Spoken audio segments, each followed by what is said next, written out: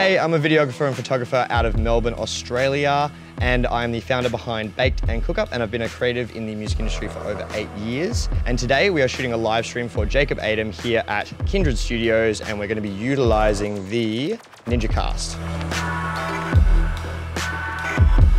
Based on the creative we've got today, we're kind of going for a 70s Western motif. We're trying to figure out a way with the live stream that we could have Jacob, who's the producer, there at the front, but also have the feature artists come in off the track. So we've got them set here at the poker tables, and we're going to get them to come in and out of the live stream, which I think is going to be pretty cool.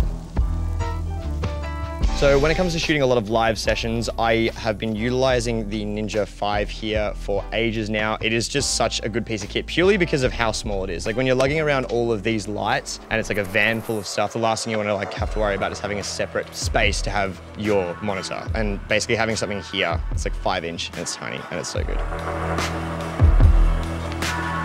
So in regards to live sessions, we usually do a 1 to 2 camera setup and we comp the visuals together later. That way we get more angles. However, the problem with that is that the continuity for all the shots becomes a bit of an issue. So when we have performers come in, as amazing as they are, the looks that they kind of do and the performance and the movement doesn't tend to match up in all the takes. So you have to kind of sacrifice the quality of the shots for what actually lines up in post, which can become an issue in the quality of the product that you get in the end, which is why the cast was pretty much a no-brainer in regards to getting this done, because on the day you can get it, you can set it, and everything is there, and you've got the product and it's ready to go, straight send off.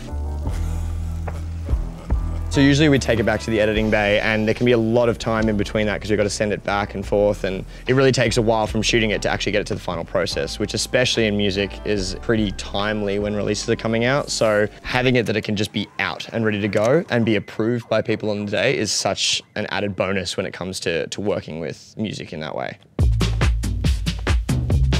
The thing that we're doing today, as well as you can mix straight out of this, what we're doing today is we've actually got a 24" monitor that we're cutting out to, which is great when you've got clients on set and they can actually see what you're doing, and it also makes for a larger space that you can be cutting to. The big thing about this one is there are 4 HDMI inputs, which is great because we don't really tend to use more than 3 to 4 camera setup. It's not something that I would usually utilize, but it's good to have those HDMI things right there, ready to go.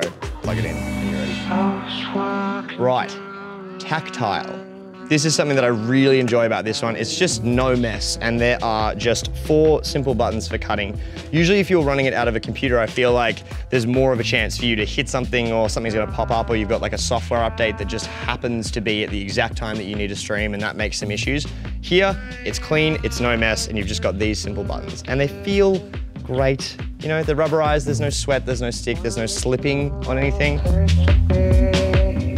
Now, when it comes to the actual live stream, I know there's a lot more pressure because, you know, some people find that the safety in the editing bay, let's fix it in post, all that jazz. The good thing about this, which we're going to be utilizing today, is the 2-touch cue, which is something where we can pre-cue the cut that's going to be going live, which is kind of good because it takes a little bit of the pressure off of being exactly on the mark to allow for a bit of, you know, human error, as we are human.